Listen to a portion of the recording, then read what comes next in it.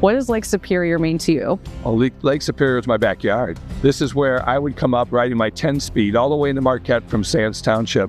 And we would play here. We'd swim in the hot pond that was here. We'd watch the freighters loading and unloading here. We'd have picnics and jump off the rocks here. So this was literally my playground as a small kid growing all the way up until graduation. So this harbor means a lot.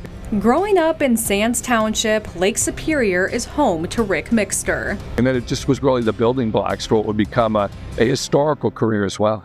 A graduate of Gwynn High School, Ric was known for his wit and humor, but beneath that class clown persona was a deep passion for history. History was always something I got A's in. I got D's in math and everything else, but I've always loved the history, and to find it and to have it all around me at Marquette was a perfect place for me to grow up. Ric's leap into broadcasting came early, and the path into what shaped his career.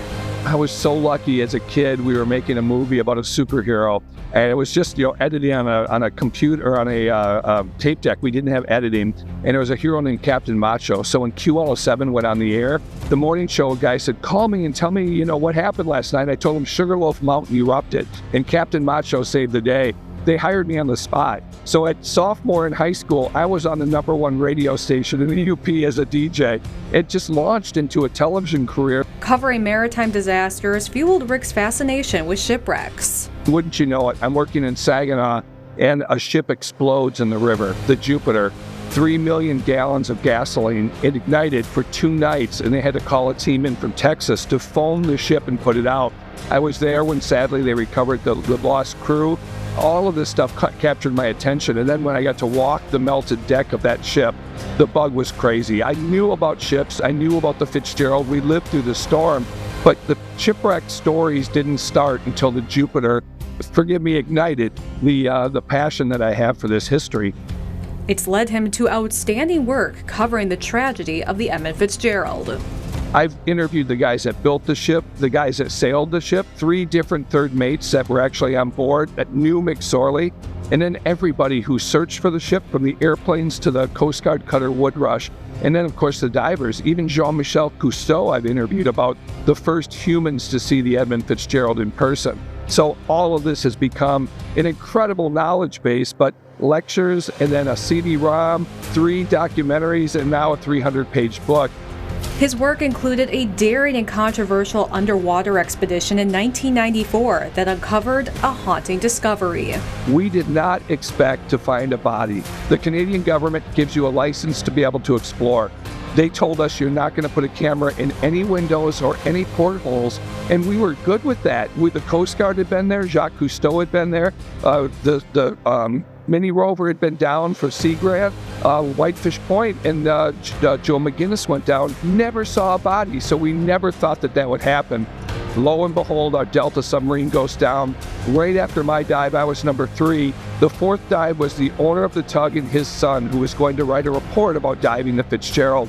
And it fell into their laps that this was the discovery, a man in a life jacket. And we knew we had to tell the government, we knew we had to tell the press, but we also wanted to get a second day of diving in, so we delayed what we could so we could get our second day in, so that Fred's mortgage would at least try to get, his full expedition in. And we never went back to that site. And yet this ignited a firestorm of people who wanted to know about what was going on, and then people who told us you must not talk about what was down there. And that's been very difficult, even 25 years later, to talk. Despite the controversy, Ric says he had to stay true to his journalistic values. It was a devastating blow for our team because we knew what this would mean to the families, and we knew that we were caught in a bad spot. If we never ever showed footage of it, people would say you never found it. It never happened. So it really challenged me ethically, and as a journalist too, you're like, well, how much do I talk about? What's news and what isn't? And when you have to ride that line, it's extremely difficult. I wasn't thrilled about the legislature in Michigan passing the law. There's always been question about why they did that, because they passed a law that said shipwrecks less than 50 years old could not have the bodies shown on the bottom. So they were protecting all the footage that had been filmed by other museums that were much older than that. It was very hypocritical that it was okay for that, but if there were still relatives around, all of a sudden now it would be off limits. As a journalist against my First Amendment rights, it was also very offending. Their job is not to legislate morality. Our job is to decide what should be shown, and as a professional, that was being challenged. And when I asked to go to Lansing, they're like, oh no, we got it covered. They knew that they didn't have a leg to stand on. And of course it was thrown out years later, but it was still taken like, well, why did we pass this in Michigan when the Fitzgerald is actually in Canadian waters? But I think it's because they had an inkling that the Fitzgerald is partially in Michigan waters, in which case there is no regulation. We could dive it anytime we wanted to do it with nobody's permission. And I've had at least 2 people tell me that they believe it is from the measurements they took on board the Clelia and the measurements that were taken on our submarine Delta, that the bow is actually in Michigan waters. And that changes the game.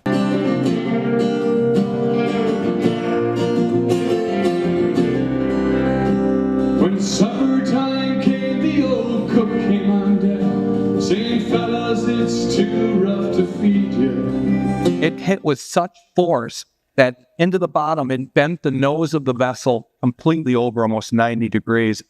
Today, Ric travels across the Great Lakes region, sharing the voices in history's fiercest storms, keeping their stories alive. People that I've interviewed over these last 30 years, that's the real highlight. It's not so much Ric's stories, but when you see those old-timers that lived through the gale of 1940, or when 12 ships vanished with their entire crews in 1913, that's powerful.